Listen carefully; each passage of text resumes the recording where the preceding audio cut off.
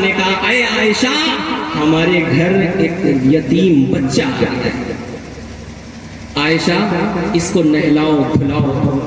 ادھر اللہ کے رسول نے فاطمہ الزہرا کے یہاں کہلا دیا کہ حسن کے ہم عمر ہمارے یہاں ایک بچہ آ گیا ہے، اگر کوئی حسن کا لباس دھلا ہوا ہو تو وہ یہاں بھیج دو۔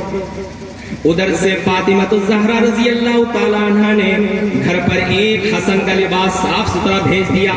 اما عائشہ صدیقہ رضی اللہ تعالیٰ عنہ نے بچے کو نہلایا دھلایا، صاف ستھرے کپڑے پہنائے، آنکھوں میں سرما لگایا، بالوں میں کنگھا کیا۔ میرے آقا اس سے پوچھتے ہیں کہ بیٹا یہ بتاؤ کہ تو اپنے باپ کے ساتھ عید کی نماز کو جاتے تھے؟ تم اپنے ابا کے ساتھ عید کی نماز کو جاتے تھے؟ اب وہ بچہ کہتا ہے کہ یا رسول اللہ جاتا تھا۔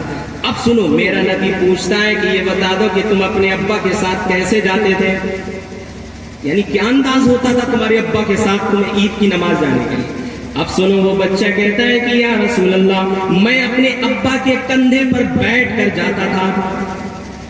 قربان جاؤ اپنے نبی پر، قربان جاؤ اللہ کے نبی پر۔ اللہ کے نبی نے کیا پیغام اور کیا امت کو میسج دیا ہے۔ میرا نبی بیٹھ جاتا ہے، بچے سے کہتے ہیں آقا کہ تو میرے کندھے پر بیٹھ جا، آج تو عید کی نماز میرے کندھوں پر بیٹھ کے جائے گا۔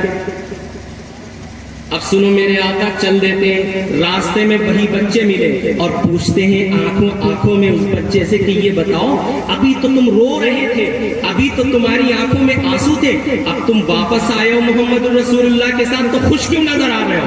اب وہ بچہ کیا کہتا ہے؟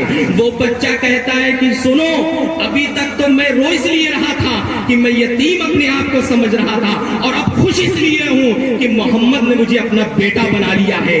آج سے محمد میرے باپ ہو گئے ہیں اور عائشہ میری ماں ہو گئی۔ آؤ سنو سیرت کا پیغام۔ میرے آقا اس بچے کو لے کر چل دیتے ہیں، مسجد نبوی پہنچ گئے، آقا منبر پر بیٹھنے لگے، بچہ کنارے پر بیٹھ گیا۔ کتابوں کے اندر یوں ملتا ہے، میرے نبی نے کہا نہیں نہیں تو آج وہاں نہیں بیٹھے گا، یہاں بیٹھے گا۔